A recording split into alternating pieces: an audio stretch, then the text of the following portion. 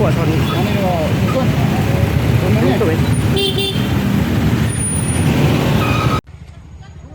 Kesorkar jelah hak arpui terik nailar 𝗟𝗸𝗺𝗺 kalau 𝗡𝗵𝗵𝗆 ya kejing pahara hak nailar hak cakap PSU kalau penbenar penlong ya kejing sit-in demonstration.